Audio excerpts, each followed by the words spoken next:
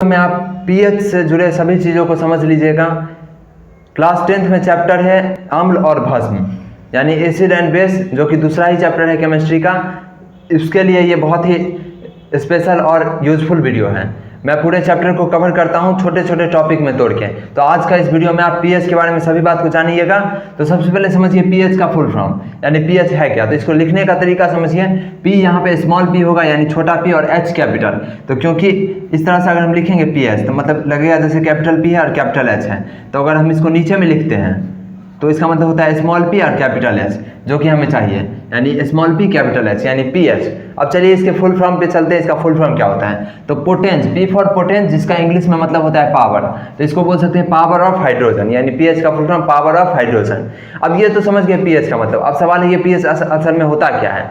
तो देखिए, कौन सा वस्तु या कौन सा पदार्थ अम्लीय है या कौन सा क्षारीय है, यानी कौन सा एसिडिक है और कौन सा बेस है, इसको समझने के लिए आपको पीएच स्केल का जरूरत पड़ेगा, जिससे ये पता चलेगा कि कोई अगर अम्लीय है तो कितना अम्लीय है, कोई अगर क्षारीय है तो कितना ज़्यादा क्षारीय है। जैसे किसी का वजन हम केजी में नापते हैं ना, यानी ये 5 किलो का है, ये 10 किलो का है, तो 10 किलो वाला ज़्यादा भारी होगा। इसी तरह से अगर किसी का पीएच मान, किसी एसिड का, किसी अम्लीय वस्तु का पीएच मान 1 है और किसी अम्ल का पीएच मान 7 है, तो या किसी अम्ल का पीएच मान 3 है, तो हम कैसे पता करेंगे कि कौन सा ज़्यादा अम्लीय है, कौन सा ज़्यादा क्षारीय है, कौन सा प्रबल अम्ल है, कौन सा प्रबल भस्म है, कौन सा।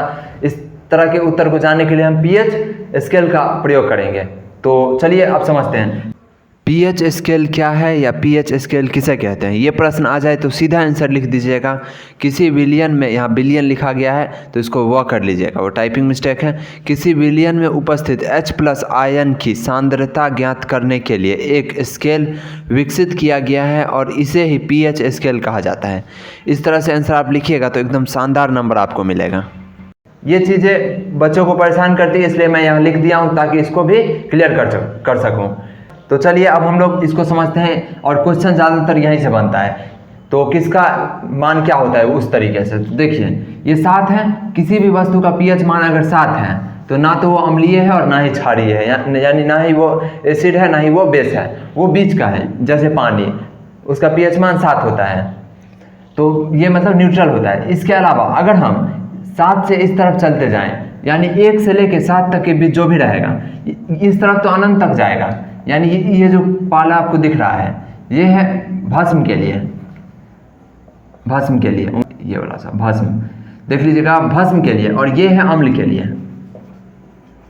अम्ल भस्म का क्या है ना, यहाँ से शुरू होकर ये अनंत तक जाता है, लेकिन अम्ल का ये खासियत है कि ये 7 से मतलब 0 से लेकर 7 तक के बीच ही होता है। यानी अगर, और इधर जैसे जैसे जाएंगे प्रबल अम्ल हमें मिलेगा। यानी किसी अम्ल का पीएच मान अगर 6 है तो वो कम पावरफुल है, 5 है तो वो उससे ज़्यादा है, 4 है तो वो उससे भी ज़्यादा है, 3 है तो उससे भी ज़्यादा है। इस तरह से मैं बड़ा अक्षर लिख दिया हूँ ताकि आपको क्लियर हो सके।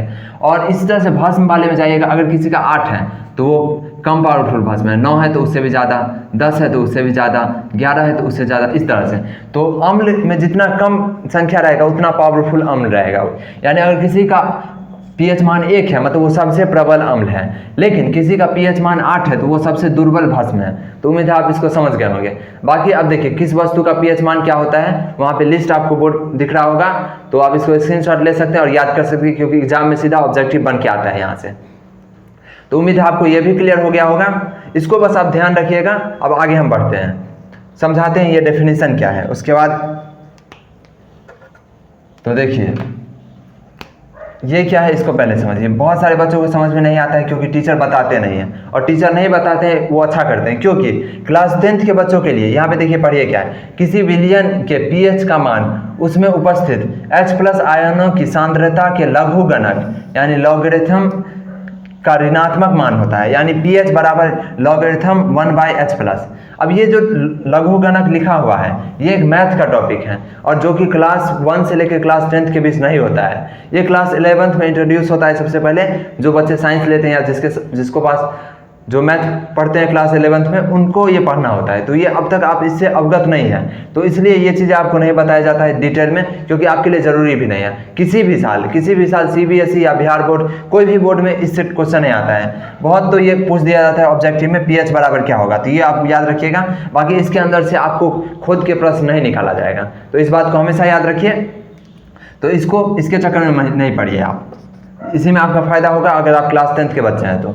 उम्मीद अब पीएच से जो भी क्वेश्चन बनने वाला होगा, अगर आप वीडियो में बताए हुए सभी चीज़ को समझ लेते हैं, जैसे मैं जिस वस्तु का पीएच मान क्या होता है, तो उस सबको अगर आप याद रखते हैं तो पीएच से आपका 1 नंबर नहीं जाने वाला है। और उल्टा एग्जाम में इस टॉपिक से 2-3 क्वेश्चन बन ही जाते हैं तो समझ लीजिए 3 नंबर आज आपका बन गया एग्जाम में। ओवरऑल इस तरह से देखा जाए, ऑब्जेक्टिव से 1-2 नंबर आ जाएगा और सब्जेक्टिव में आप पॉइंट लिख दीजिएगा तो उससे भी नंबर आपको आ जाएगा। तो समझिए आज 5 नंबर आपका क्लियर कर दिया हूँ मैं लगभग। और इसका जो मैं आंसर दिया था पीएच स्केल का परिभाषा, वो भी काफ़ी शानदार है, तो उसको भी आप 2-3 बार देख लीजिएगा, आपको याद हो जाएगा।